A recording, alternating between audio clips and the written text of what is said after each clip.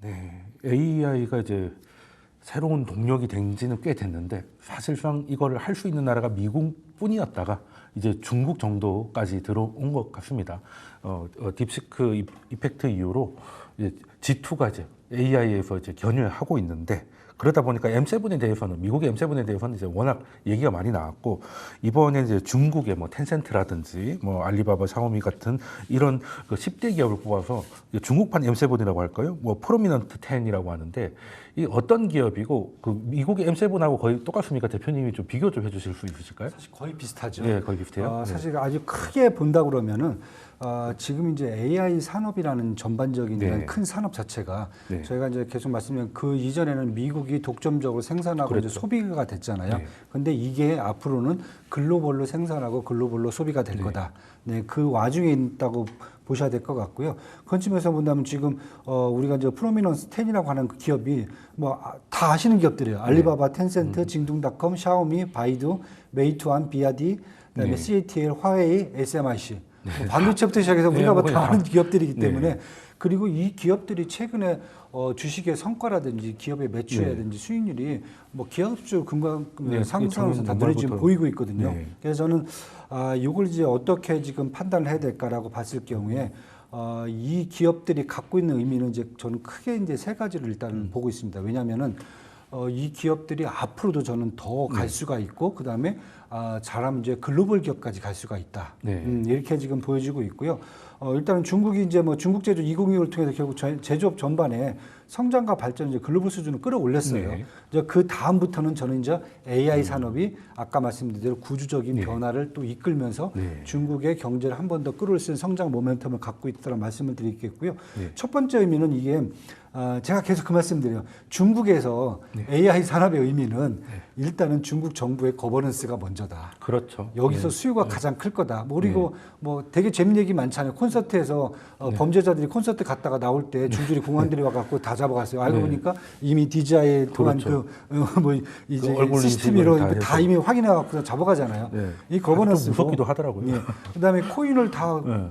거래해서 통제를 못 네. 거래해서 이제 개인들이 거래를 못하게 다 막아놓고 네. 중국 정부는 CBDC로 자기는 이제 그렇죠. 중앙정부 활제 시스템 뭐 자기들이 먼저 가버리잖아요. 네, 지금. 그러니까. 이렇게 되다 보면은 일단 중국 거버넌스에 일단은 의미가 큰 거고요. 전 두 번째는 아까 말씀드린 산업 성장이라든지 일자리 창출, 네. 새로운 산업이죠 이게 완전히. 아까 말씀드렸던 이제 자율주행이나 로보틱스까지 다 연관될 수 있고 국방까지 갈 수 있는 거고요. 세 번째는 이제 고령화의 인구 구조에 대한 변화에 또 대응을 할 수 네. 있는 구조다. 왜냐하면 이미 이제 눈에 보이시잖아요. 2022년부터 중국 인구가 이제 감소되기 이제 시작했잖아요. 그렇죠. 네. 그렇다고 하면 앞으로의 이제 문제는 결국은 뭐 산업 구조뿐만 아니라 이제 가정이라든지 고령화라든지 이런 부분을 다 감안한다면 네. 중국은 빨리 AI를 안 하면은 네.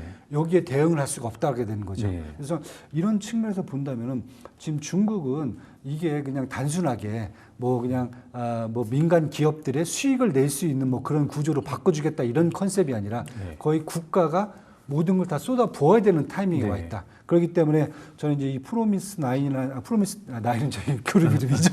걸그룹이 프로미스 10이죠. 죄송합니다. 여기서 예. 팬심을 드러내시는군요. 이러면 안 되는데 진짜. 네, 프로미넌트 10. 예, 이 기업들이 앞으로도 저는 되게 성장성이라든지 이런 것은 네. 저희가 계속 지켜봐야 되는 기업이다 이렇게 좀 판단이 됩니다.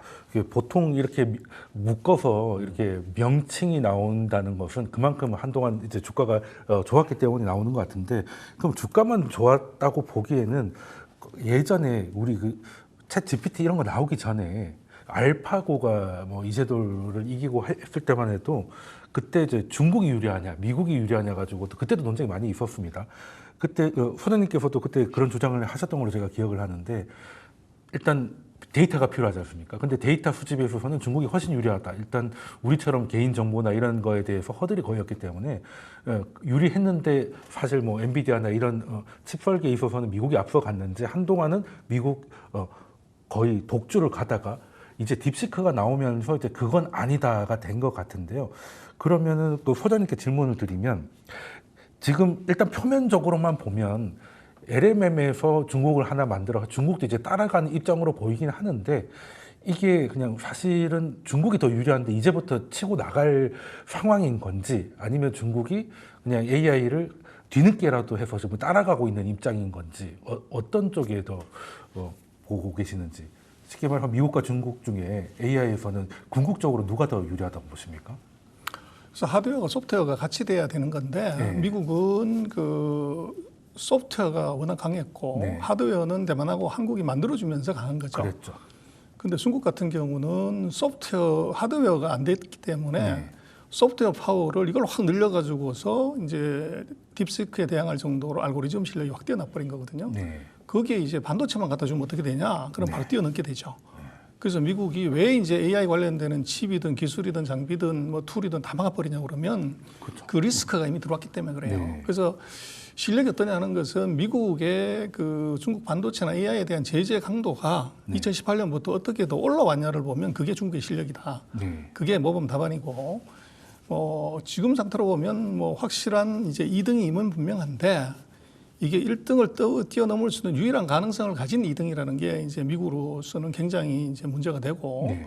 또 우리로서도 그게 문제가 크게 돼요. 근데 지금 이제 중국이 그 프라민드 10이 왜 그러냐 그러면 이게 뭐 프라민드 10이디 막 그래서 이거는 그냥 뭔가가 짓는 이름일 뿐이고 중요한 것은 정책의 변화예요. 네. 그래서 2021년부터 4년 동안 중국은 시진핑 3기 정부 집권하면서 공부론이라는 걸 하면서 플랫폼 기업을 다 때려 잡았어요. 네, 그랬죠. 거기다 코로나 같이 붙는 바람에 이게 투자를 전혀 못했던 상태고 미국의 최근 4년간의 경기 호황은 물론 여러 가지가 있지만 AI 투자를 미친 듯이 뭐 회사당 500억불 질렀기 때문에 그 하드웨어, 소프트웨어, 컨텐츠의 파워가 정치에 영향을 미친 거예요. 네. 근데 중국은 아주 중요한 변수가 바로 2월 17일입니다. 시진핑이 거의 이제 4, 5년 만에 민간기업 간담회를 하면서 거기서 7개 기업을 불렀는데 2개 기업만 이제 먹고 마시는 기업이고 나머지 15개 전부 AI 기업이에요. 네. 거기서 이제 어떤 얘기를 하냐면 마지막에 무슨 얘기를 하냐면 강평을 할 때 슬쩍 넘어가는 것이 여러분 같은 AI 기업이 네. 먼저 돈을 벌어서 공부론을 도와줘야 된다. 이렇게 네. 얘기를 싹 해요. 이게 무슨 얘기냐면 최근 4년 동안 지속했던 공부론을 폐지하고 선부론으로 다시 돌아선다는 것에 시그널을 그렇게 슬쩍 흘린 거예요. 네. 근데 이게 뭐 중국 같은 경우는 황제 가까운 주석의 말을 쉽게 바꿀 수가 없어요. 그렇죠.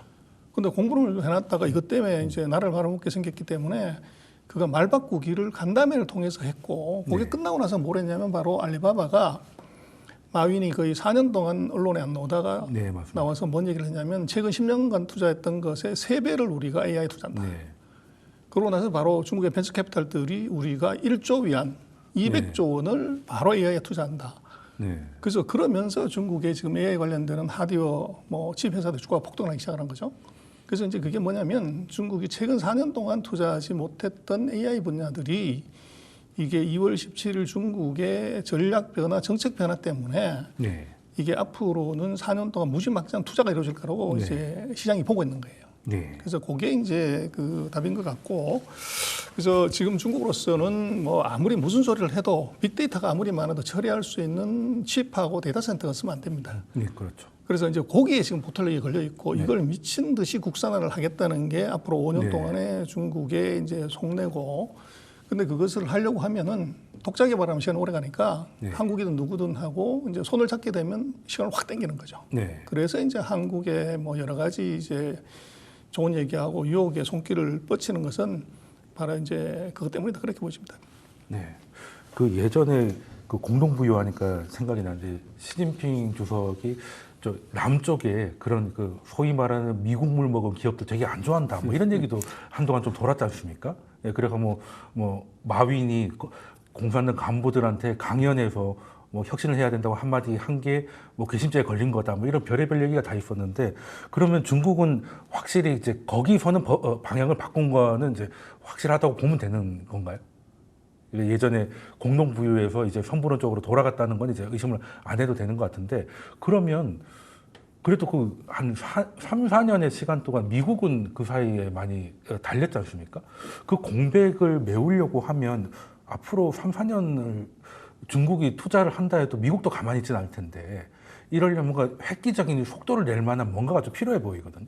그럼 중국은 그런 묘책을 갖고 있습니까, 부장님? 그래서 그건 그렇게 봐야죠. 네. 지금 이제 그게 중요한 변수가 바로 이제 엔비디아 주가가 왜 조정을 네. 받았냐, 네. 그리고 주가가 휙 다시 못 올라가냐는 것의 의미가 딥시크 때문에 그런 거죠. 네. 그래서 미국은 최근 4년 동안 가장 초고성능 최신 칩을 가지고 초고성능의 AI를 만드는 것이 지상 네. 목표였고 그러다 보니까 서로 경쟁적으로 돈을 질러서 이제 하다 보니까 하드웨어 산업이 커진 거죠. 그렇죠. 근데 문제는 엔비디아 칩을 안 쓰고 성능이 뭐 이제 보통 AI의 10분의 1밖에 안 되는 성능 코스트를 그 정도밖에 안 쓰고도 딥시크가 이걸 만들어 버렸단 말이에요. 네. 그러니까 미국에 있는 이제 빅테크들이 야 우리가 돈을 헛돈 썼구나. 알고리즘 파워를 이걸 10배로 올리면 되는 거를 네. 그러다 보니까 이제 엔비디아의 칩의 수요는 상대적으로 줄어드는 감소가 아니라 그렇죠. 그런 효과가 나타난 것이 주가 조정의 원인이 됐고 네. 중국은 그것 때문에 이제 미국이 어떤 칩도 이게 공급하지 않기 때문에 하웨이가 미친 듯이 개발해서 지금 H100의 70~80% 성능에 도달하는 칩을 이미 만들어 버렸다는 거죠. 네. 그래서 이게 이제 그 중국을 완전히 목 졸라가지고 이거를 좌초시켜 버리면 좋은데 이게 아니라 죽이지는 못하고 오히려 반발심 이것만 키우고 어떻게 보면은 국산화 의지만 더 키워버리는 이런 현상이 나타나게 되면 이제 4년 뒤에 이거는 이제 뭐 예측을 못하게 되는 거죠 문제가. 네. 그래서 지금 중국의 반도체 관련되는 회사들이 또 AI 관련된 주가가 뭐 무지 세요. 네.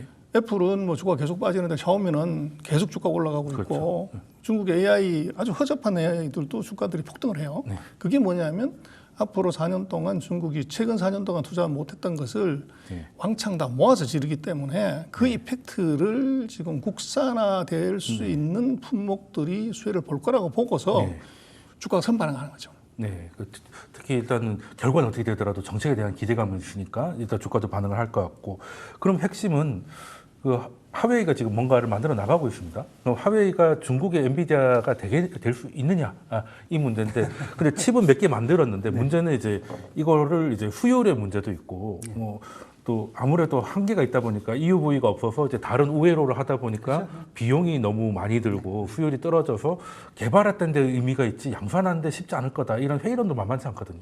그럼 대표님께서 보기에는 하웨이가 지금 뭔가 엔비디아가 되겠다는 이 도전에 대해서 좀 긍정적으로 보십니까? 아니면 좀 회의적으로 보십니까? 도전은 해야죠. 네, 도전은 당연히 해야 도전은 되는데. 해야 되는 거고. 네. 저는 이제 구조적으로 좀 본다 그러면은 우리 네. 소장님도 말씀하셨지만 사실 어떻게 보면 중국 같은 경우 지금 후발주자로서 효과를 그렇죠. 되게 많이 누리고 있어요. 네, 그건 물론 이제 맞는 3년 동안 사실 반도체 이제 인프라 쪽에서 사실 투자가 사실 약간 지연되긴 했지만은 네. 결국은 지금 이제 다시 쏟아붓기 시작했잖아요. 네. 그런 측면에서 본다면은 저는 뭐 따라는 잡을 수 있을 것 같다. 그러나 네. 시간은 좀 필요하다. 네. 왜냐하면은 제가 이제 가장 무서운 게 중국에 대해서 반도체 산업이죠. 결국은 가장 무서운 게 다른 게 아니라 미국과 마찬가지로 중국도 반도체 산업을 밸류 체인을 다 끌어올리거든요.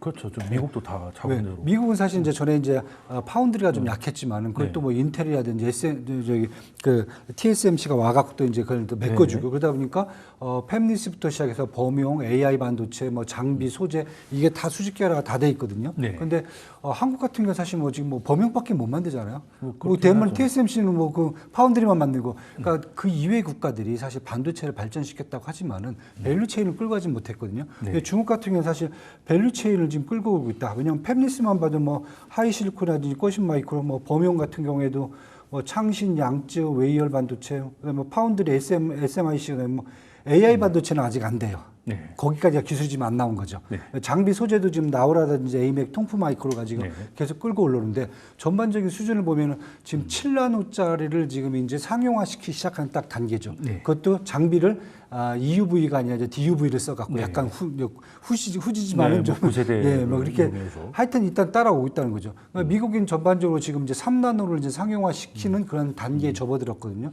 그렇다고 보면 7나노하고 3나노하고 한 10년 정도 차이가 있고.